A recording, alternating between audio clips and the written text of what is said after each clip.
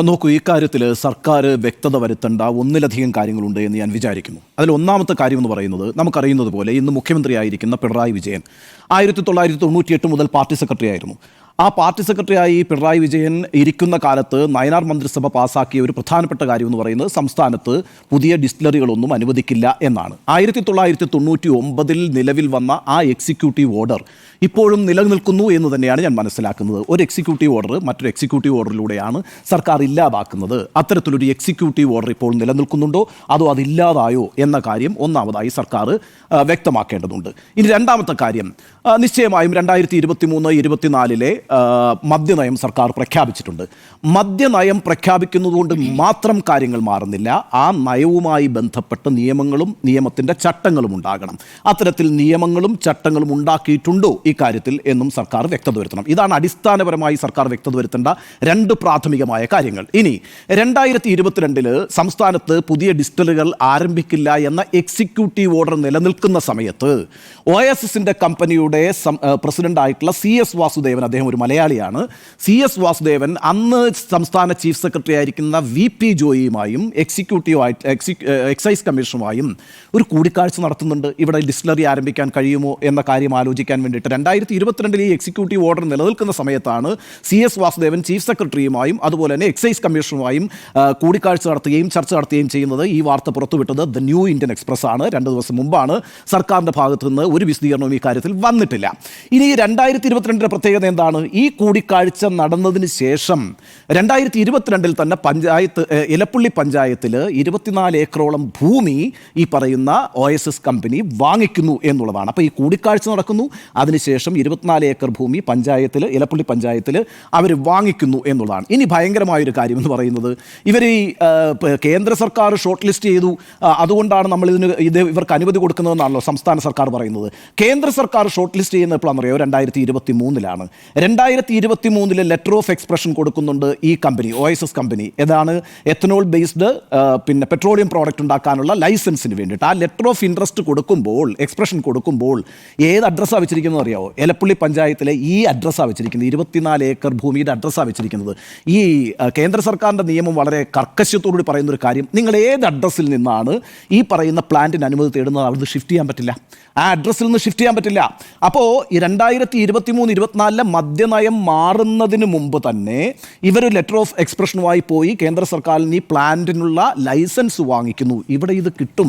അടുത്ത മദ്യനയം മാറാൻ പോകുന്നു, ആ മദ്യനയത്തിൽ ഇത് കിട്ടുമെന്ന് ഏത് ദിവ്യദൃഷ്ടി കൊണ്ടാണ് ഈ പറയുന്ന OSS കമ്പനി മനസ്സിലാക്കിയത് എന്നുള്ള കാര്യം വിശദീകരിക്കപ്പെടണം.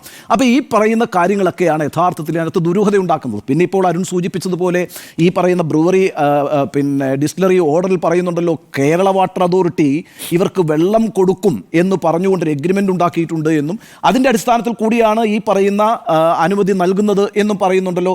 ആ സമയത്താണല്ലോ ഇന്നിപ്പോൾ പാലക്കാട് സൂപ്രണ്ടിങ് എഞ്ചിനീയർ വന്നിട്ട് നമ്മളോട് പറയുന്നത് അത്തരത്തിലൊന്നും ഞങ്ങൾ കൊടുത്തിട്ടില്ല, ഞങ്ങളോട് പറഞ്ഞിരിക്കുന്നത് ഈ പറയുന്ന ഓയിൽ ബേസ്ഡ് പ്രോഡക്ട്സ് ഉണ്ടാക്കാൻ വേണ്ടിയിട്ടുള്ളൊരു പ്ലാന്റാണ് വരുന്നത് എന്നാണ്. അപ്പോഴും അവർ പറഞ്ഞിരിക്കുന്നത് കിൻഫ്ര ഒരു പദ്ധതി ഉണ്ടാക്കുന്നുണ്ട്, ആ പദ്ധതിയിൽ നിന്ന് നിങ്ങൾ ഈ വെള്ളം എടുക്കണം എന്നാണ് പറഞ്ഞിരിക്കുന്നത്. അപ്പോൾ കേരള വാട്ടർ അതോറിറ്റി ഇത്തരത്തിലുള്ള ഒരു കാര്യം ചെയ്തു തന്നിരിക്കുന്നു എന്ന് പറയുന്നതിനകത്തും ദുരൂഹതയുണ്ടല്ലോ. അത് വന്ന് പറഞ്ഞിരിക്കുന്നത് ഈ പറയുന്ന സൂപ്രണ്ടിങ് എഞ്ചിനീയർ എന്ന് പറയുന്ന സംസ്ഥാന സർക്കാരിൻ്റെ ഉദ്യോഗസ്ഥൻ തന്നെയാണെന്ന് മാത്രമല്ല, ഇവിടുന്ന് വെള്ളം കൊടുക്കാൻ കഴിയില്ല, സർക്കാർ വേണമെങ്കിൽ വെള്ളം കണ്ടെത്തി കൊടുക്കണം എന്നുകൂടി അദ്ദേഹം നൽകിയിരിക്കുന്ന ബൈറ്റിൽ പറയുന്നു. അതുകൊണ്ടാണ് ഈ കാര്യങ്ങളിൽ സർക്കാർ അടിയന്തരമായി വ്യക്തത വരുത്തേണ്ടതുണ്ട്, ഇതിനകത്ത് ദുരൂഹതയുണ്ട് എന്ന് ഞാൻ മനസ്സിലാക്കുന്നത്. ഇനി ഒരു കാര്യം പറയാം. ഈ പറയുന്ന എലപ്പുള്ളി പഞ്ചായത്തിൻ്റെ ഒരു പ്രത്യേകത എന്താണ്? കഴിഞ്ഞ ദിവസം എലപ്പുള്ളി പഞ്ചായത്ത് പ്രസിഡന്റായിട്ടുള്ള രേവതി ബാബു സുജയ പാർവതിക്ക് നൽകിയിട്ടുള്ള മോർണിംഗ് ഷോയിലെ അഭിമുഖത്തിൽ അവർ പറയുന്ന ഒരു അവസ്ഥയുണ്ട്, ആ പഞ്ചായത്തിൻ്റെ അവസ്ഥയുണ്ട്. എന്താണ് ആ പഞ്ചായത്തിലെ അവസ്ഥ?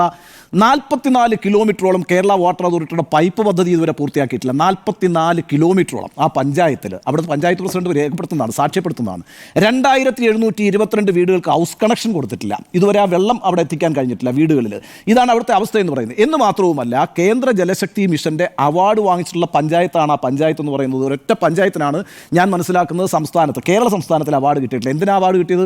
ഭൂഗർഭ ജലത്തിൻ്റെ പരിധി ഉയർത്തുന്നതിനകത്ത് അവർ നേടിയ നേട്ടത്തെ അപ്രീഷിയേറ്റ് ചെയ്തുകൊണ്ടാണ് സംസ്ഥാനത്തെ ഏക പഞ്ചായത്തിന് കിട്ടിയത്. ഒരൊറ്റ പഞ്ചായത്തിന് കിട്ടിയിട്ടുള്ളൂ, അത് ഈ എലപ്പുള്ളി പഞ്ചായത്തിനാണ്.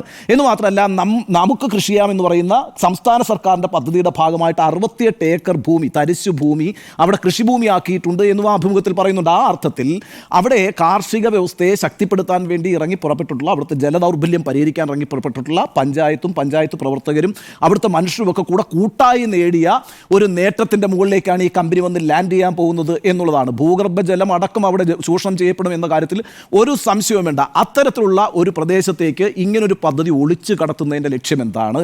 ഞാൻ ആദ്യ ഭാഗത്ത് പറഞ്ഞത് കണക്ക് ഈ പറയുന്ന എക്സിക്യൂട്ടീവ് ഓർഡറിൻ്റെ കാര്യത്തിനകത്താണെങ്കിലും അതുപോലെ തന്നെ ചട്ടഭേദഗതിയുടെ കാര്യത്തിനകത്താണെങ്കിലും പിന്നീട് ഈ ലെറ്റർ ഓഫ് എക്സ്പ്രഷൻ കൊടുത്ത് ലൈസൻസ് വാങ്ങിയ കാര്യത്തിനകത്താണെങ്കിലും കേരള വാട്ടർ അതോറിറ്റിയിൽ നിന്ന് ഈ പറയുന്ന എഗ്രിമെൻ്റ് ഉണ്ട് എന്ന് പറഞ്ഞ കാര്യത്തിനകത്താണെങ്കിലും ഒക്കെ തന്നെയും അടിമുടി ദുരൂഹത നിലനിൽക്കുന്ന ഒരു ഇടപാടാണ് ഈ കേസ് എന്ന് പറയുന്നത്.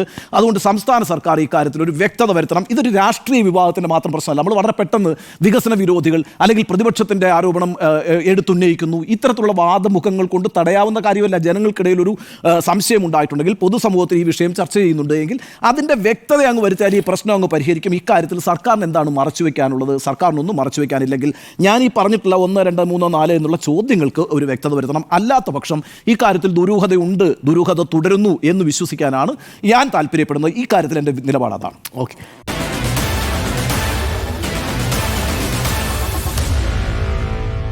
Meet the editors.